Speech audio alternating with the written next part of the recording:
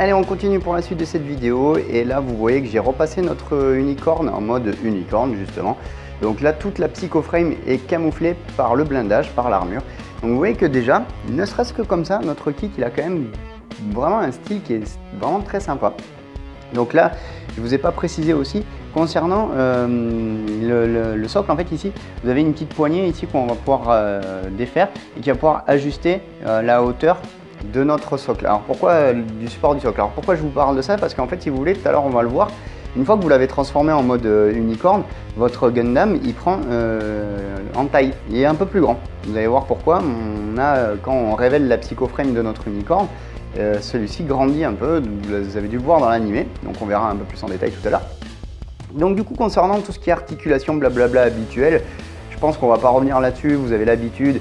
De toute façon, mis à part les HG qui sont moins articulés, ce qui concerne tout ce qui est PG et MG, on a quand même beaucoup d'articulation. Donc au niveau des bras, hein, c'est pareil, il y a 2 points d'articulation, vous allez pouvoir replier complètement votre bras. Et juste soulignons que on est sur les mains de type parfait, enfin on est sur les mains perfect grade hein, carrément. Donc au niveau de celle-ci, vous avez chaque doigt qui est indépendant avec plusieurs articulations au niveau des phalanges. Bref, c'est un kit qui est quand même énormément articulé, qui est bien foutu. Sur celui-ci, il n'y a pas de piston présent sur l'inner frame puisqu'on a un psychoframe, donc je ne vais pas m'attarder là-dessus. Mais on a quand même un kit qui est relativement bien articulé, notamment, je pense, juste pour le signaler au niveau ici des bras, puisqu'on va pouvoir carrément, alors je vais essayer de vous montrer ça, c'est pas facile en filmant en même temps. Hop, tac, on va pouvoir le lever ici. Donc vous voyez qu'ici il y a cette pièce-là. C'est quand même relativement bien foutu. J'essaie de forcer un peu pour que ça sorte, mais sans que ça se déboîte. Voilà, donc vous voyez, hop, on va se rapprocher un peu, comme ça, gentiment, voilà. Donc vous voyez, à ce niveau-là, on a carrément une pièce qui est articulée de manière à ce qu'elle ressorte un peu du buste, qui va vous permettre d'avoir quelques poses dynamiques supplémentaires qu'on n'aurait pas si on n'avait pas ce système qui coulisse hors du buste. Voilà, d'ailleurs, on voit la position de notre kit là, à l'instant où je vous le présente. Hop, je vais reculer un peu, hop, vous voyez, donc là il lève le poing vers le ciel, ouais je suis fier, c'est moi l'unicorn. D'ailleurs, grosse annonce faite récemment, et je vais le laisser dans cette position là justement pour cette nouvelle. Oui, c'est moi le plus fort, je lève le poing parce que c'est moi qui vais être présent à Odaiba à l'échelle 1/1, donc oui, comme vous avez dû le savoir, le RX78 de Odaiba en échelle 1 va être retiré et va être remplacé prochainement par un Unicorn Gundam. Voilà, donc moi j'étais pas surpris du tout. J'en profite, hein, je fais une petite coupure sur ce review, mais la nouvelle est tombée aujourd'hui et du coup il remplace le RX78 par un Unicorn. Donc comme je vous le dis, moi je suis pas du tout surpris, je m'y attendais hein, honnêtement. Quand ils ont dit qu'ils allaient retirer le RX78, j'étais triste, mais je me suis dit bon, sûrement mettre autre chose, et j'étais quasiment sûr, je peux pas dire à 100%, mais j'étais quand même intimement convaincu qu'ils allaient nous le remplacer par un Unicorn, étant donné que cette franchise-là a quand même beaucoup de succès au Japon et dans le monde aussi. Je vous cache pas que je suis un peu déçu, j'aime beaucoup l'Unicorn, mais j'aurais préféré autre chose, quitte à avoir un Gundam à l'échelle 1 en remplacement du RX78. Mais bon, ça restera toujours sympa à regarder. Voilà, donc comme je le disais, on va pas s'attarder sur les articulations. Moi je pense que ce qui vous intéresse le plus quand même, c'est le mode Destroy. Donc du coup on va s'y intéresser. Je vais quand même vous faire juste un petit tour avant ça du kit encore en mode unicorn, que vous voyez un peu à quoi il ressemble. Donc voilà, hein, il est très simple hein. Il n'y a pas beaucoup de panel line, hein, je le souligne au passage.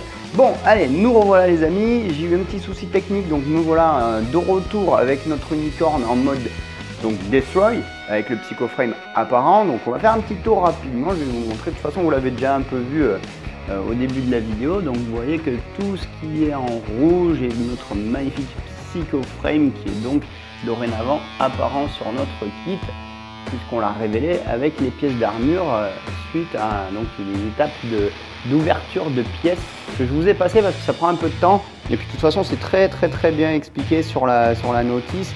Donc du coup, je ne vais pas m'éterniser là-dessus.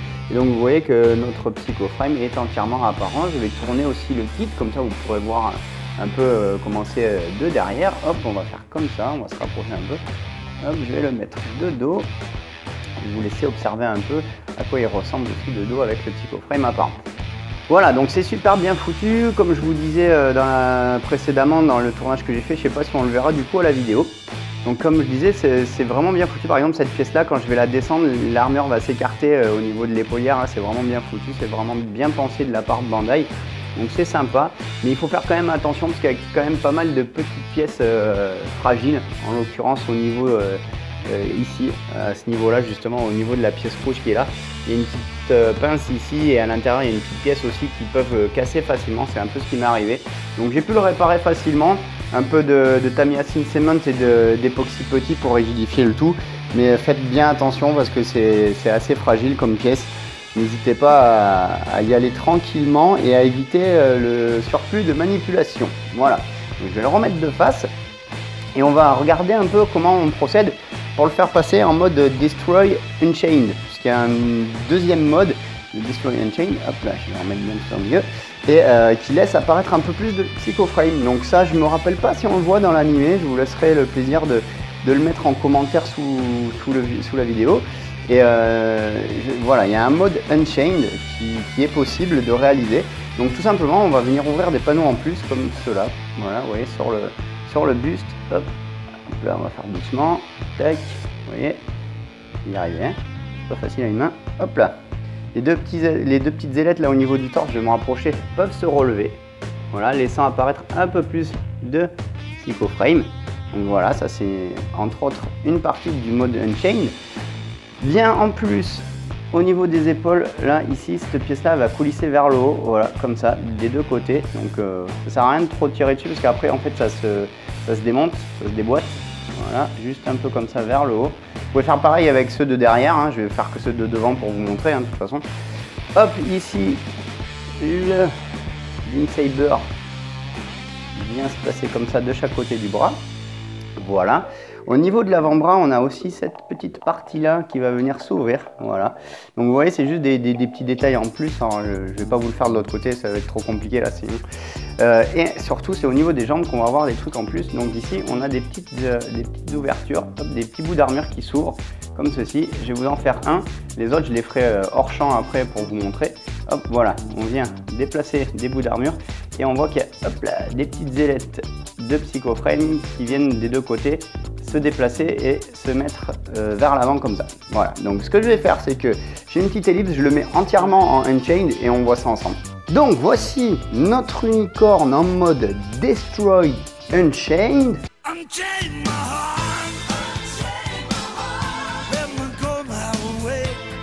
Donc comme vous pouvez le constater, il y a quelques panneaux qui sont ouverts en plus, donc on va faire un petit tour rapide. Donc hop là, je vous prends avec moi, ça va bouger un peu, mais c'est normal, vous inquiétez pas. Donc je vous le rappelle, on a les petites ailettes sur le torse, on a les petites ailettes sur les épaulettes. Ensuite, on a nos Beam Sabers qui donc basculent vers le bas, dans lesquels on peut mettre donc les fameuses lames qu'on a vues précédemment dans la vidéo.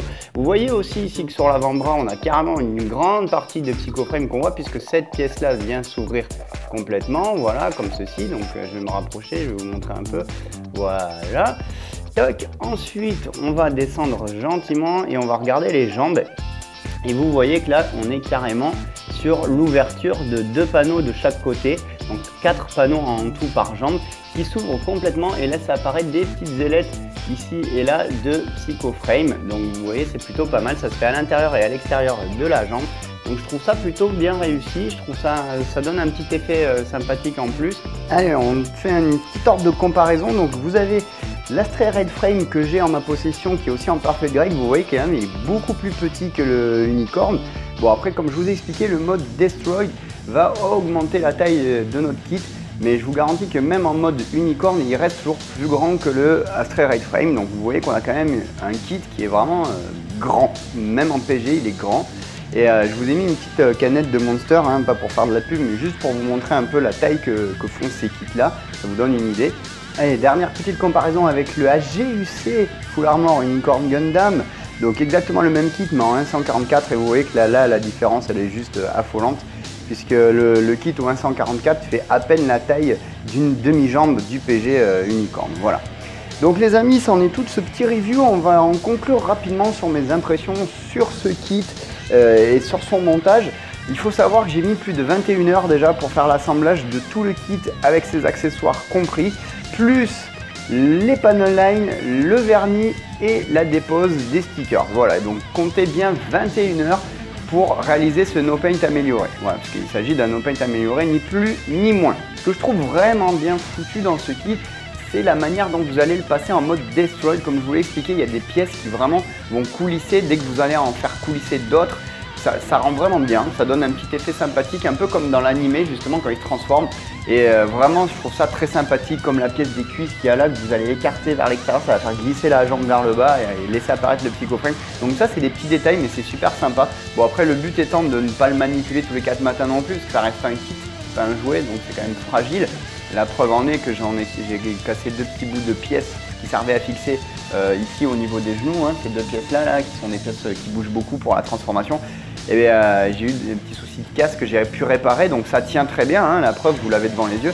Mais voilà, j'insiste sur le fait que si vous procurez ce kit, faites attention, il y a des petites pièces qui sont relativement fragiles.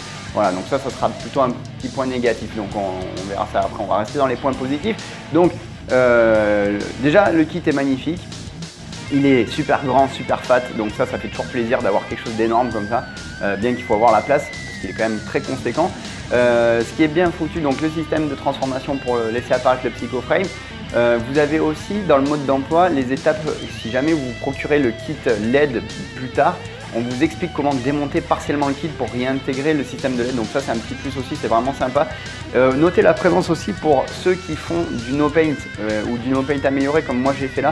Vous n'avez pas envie de peindre, vous n'avez pas forcément envie de poncer et tout ça.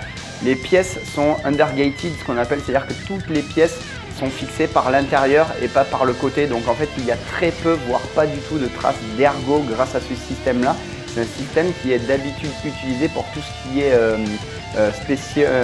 special coating, comme ils appellent, ou titanium effect. Voilà, en fait, tous les kits qui vont être gris métallisé, chromé, enfin voilà, toutes ces versions-là, un peu titanium, un peu version limitée, avec des finitions spéciales, sont en général undergated et ce kit-là est entièrement undergated. Donc l'intérêt pour moi, il n'y en a pas franchement, sauf si on fait du no paint, c'est vrai que c'est un petit plus, ça limite le boulot. Mais après, je pense que c'était juste de la prédiction pour les futures pièces du Phénix qui est sorti en P-Bandai. Autre point positif, la présence du socle qui n'est pas négligeable parce que quand on a un gros kit comme ça, il est quand même relativement stable. Vous le voyez là, il tient sans lui. Mais c'est vrai que le socle est pas mal, ça donne une petite dimension supplémentaire. On peut y fixer nos accessoires dessus, c'est intéressant. Juste si on veut faire une expo vitrine par exemple. Et c'est surtout qu'il intègre lui aussi le système LED à la perfection et du coup on ne verra pas les câbles. Donc ça c'est un petit détail en plus. Mais c'est toujours un point positif qu'il faut souligner. Maintenant, on va s'attaquer aux points négatifs. Donc, il y en a quand même quelques-uns, hein, je ne vous le cache pas. Ce qui est un peu dommage, c'est qu'on a un kit qui est au final, au niveau de l'armure, peu détaillé. C'est-à-dire que quand j'entends peu détaillé, c'est peu de panel line, comme vous l'avez vu de toute façon précédemment. Et de toute façon, je vais mettre quelques photos, je pense, en fin de vidéo. Il n'y a quand même pas énormément de panel line, de structures gravées sur ce kit. Donc beaucoup de personnes critiquent ce point-là et disent qu'en fait il s'agit juste d'un MG qu'ils ont transféré en échelle 1/60e, en fait ils ont retranscrit pardon, en 1/60e. J'ai envie de dire oui, hélas, malheureusement c'est un peu ça, il est un peu léger en détail, mais ça reste quand même un très beau kit et il faut se rappeler aussi qu'à la base l'unicorne n'est pas non plus un kit qui est super détaillé, même tout simplement au niveau du design, le MS dans la série n'a pas non plus des détails de fou, ça reste quand même un mobile suit qui est très lisse. Donc bon, c'est un point négatif, mais moi je vous le cite, mais j'en prends pas rigueur, c'est-à-dire que ça me gêne pas plus que ça si vous voulez, c'est vrai qu'il est pas très détaillé mais c'est pas gênant. Mais c'est quand même un petit point négatif parce qu'on a l'habitude d'avoir beaucoup de détails sur la 1/60e, donc c'est quand même pour ça que je vous en parle, que je le souligne. Autre point négatif, comme je le disais, il y a des pièces qui sont très fragiles au niveau du psychoframe, notamment au niveau des genoux où les fixations sont assez fines et le plastique en fait rouge transparent du psychoframe a l'air beaucoup plus cassant que le reste du plastique, donc faites attention, manipulez vraiment avec précaution. Voilà. Et ce que je trouve un peu dommage aussi, c'est d'avoir des stickers. Putain, pourquoi on n'a pas des décals halo, bordel, c'est pas possible. On a plein de kits en version Katoki qui ont justement des décals halo. Et pourquoi sur un kit comme ça, qui est à la base d'une version Katoki justement, n'a pas de décal halo. Et ça c'est un peu dommage, parce que les stickers, bon, sur un 1/60 encore ça passe, on arrive à les coller facilement. Mais ça a tendance à se décoller facilement aussi. s'il y a un bord un peu saillant qui dépasse, il suffit qu'on manipule un peu, ça peut venir le décoller, le fragiliser. Bon voilà, c'est un petit détail, mais j'avoue que putain, les stickers, pourquoi on reste confiné encore à ces stickers là, pourquoi on n'aurait pas du décal à l'eau? Voilà, bon après, c'est peut-être je chipote, mais personnellement j'aurais préféré d'avoir un set de décal à l'eau. Voilà, mis à part ça, je vois pas ce que je peux vous dire plus, que ce soit du positif ou du négatif. En tout cas, j'ai pris énormément de plaisir à monter ce kit. Je suis vraiment satisfait du résultat, même si ce n'est qu'un no paint amélioré. Il a énormément de gueule. Et il ne me reste plus qu'à l'amener maintenant au magasin Imaginaire à Toulouse. Donc amis toulousains, si vous êtes dans les parages, si vous vous rendez à la boutique Imaginaire, je vous invite à aller le voir. Comme ça, au moins, vous pourrez voir à quoi il ressemble de plus près. Vous donner une meilleure idée du kit et pourquoi pas vous faire un petit plaisir et vous l'offrir, puisque de toute façon la boutique là à disposition en vente dans leur rayon Gunpla. Bon écoutez les amis, on va se quitter sur ces belles paroles.